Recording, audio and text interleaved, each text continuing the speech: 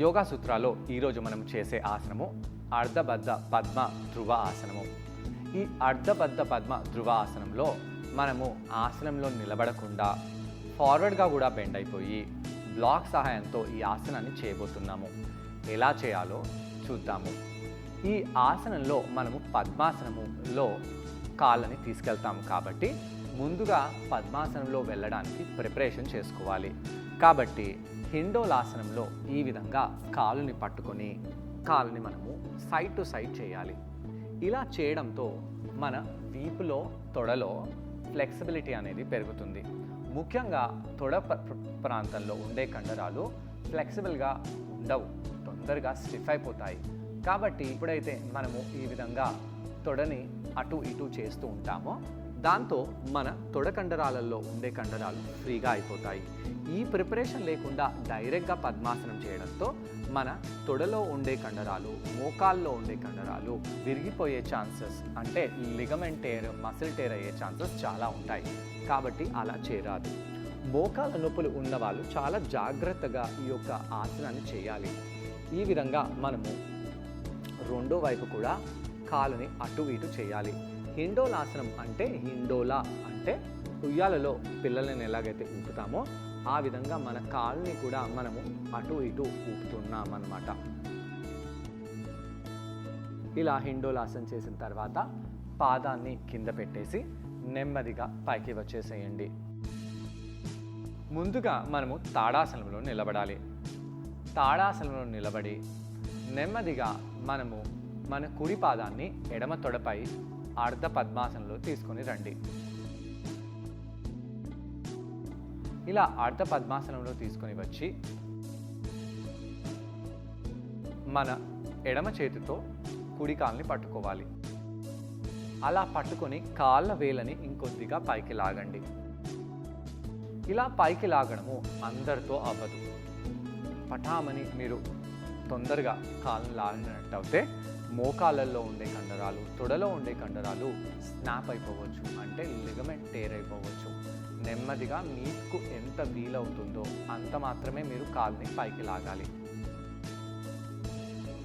అలా కాలుని పైకి అన్న తర్వాత మీరు కాలుని గట్టిగా పట్టుకొని ఇక్కడ కొంత సమయం పాటు ఉండండి.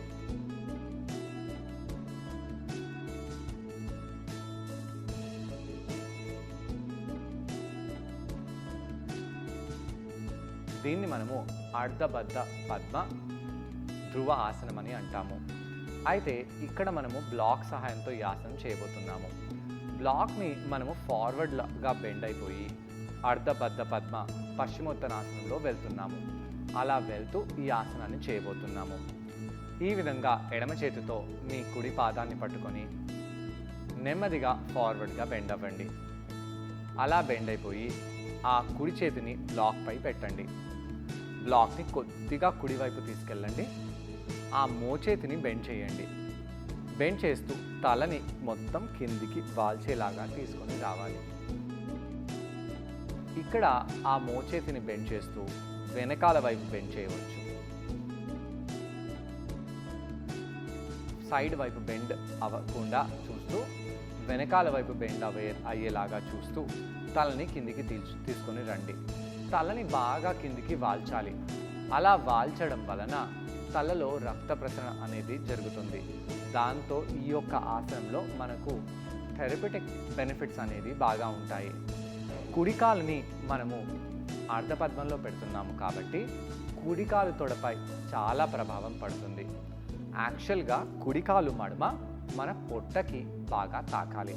అలా తాకడం వలన ఆ యొక్క మడమ మన ప్యాంక్రియాస్, పుత్తి కడుపుపై బాగా ప్రెషర్ పెడుతుంది. కాబట్టి ఆ విధంగా కూడా ఈ ఆసనము డయాబెటిక్ లాంటి సమస్యలతో బాధపడుతున్న వాళ్లకు థెరపటిక్గా బాగా బెనిఫిట్ అవుతుంది. తలని కిందికి వాల్చుతున్నాము కాబట్టి ఈ ఆసనం స్ట్రెస్ని కూడా తగ్గిస్తుంది.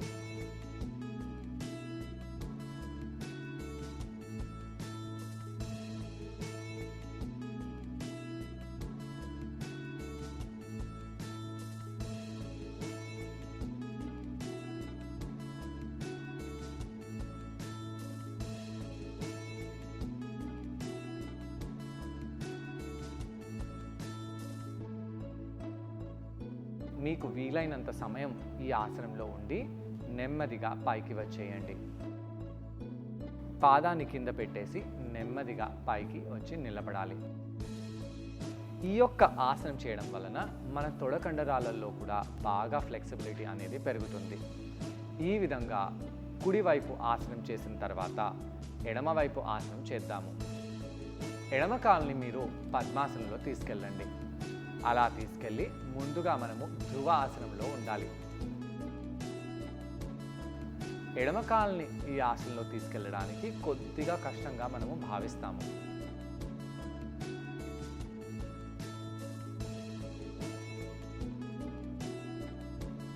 కుడి చేతితో కాళ్ళ వేళ్ళని పట్టుకోండి.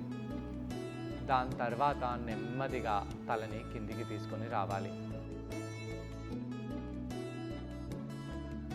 అలా తలని కిందికి తెచ్చి తలని ఇంకా మోకాల వైపు తీసుకెళ్ళండి. మోచేతిని బెండ్ చేయండి. కావాలంటే బ్లాక్ని ఇంకొద్దిగా వెనకాలకి తీసుకెళ్ళండి. శ్వాస తీసుకుంటూ శ్వాసని వదిలేస్తూ ఇక్కడ కొంత సమయం పాటు ఉండాలి.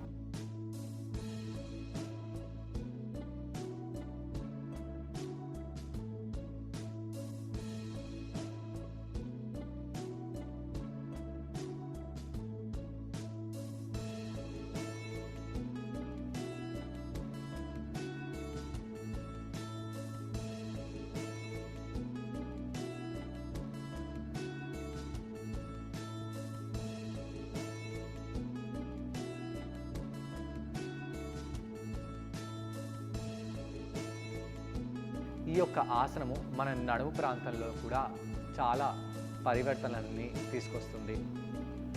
మోకాలు నొప్పులు ఉన్నవాళ్ళు మీ మోకాల్ని బాగా బెండ్ చేయకుండా కొద్దిగానే బెండ్ చేసి ఈ ఆసనాన్ని చేయాలి.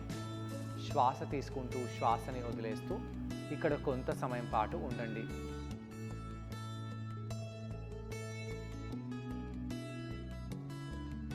దాని తర్వాత నెమ్మదిగా పైకి వచ్చేసేయండి. ఈ ఆసనం పేరు అర్ధబద్ధ పద్మ ధ్రువాసనం. ఈ ఆసనం చేయడం వలన పృష్ఠ భాగానికి తొడలకు చాలా మంచిది. వాటి ఫ్లెక్సిబిలిటీ బాగా పెరుగుతుంది. అలాగే కాళ్లకు కూడా చాలా మంచిది. పొత్తి కడుపు కూడా చాలా మేలు చేస్తుంది. వీటన్నిటితో పాటు ఏకాగ్రత పెరిగి శరీరంలో స్థిరత్వం పెరుగుతుంది.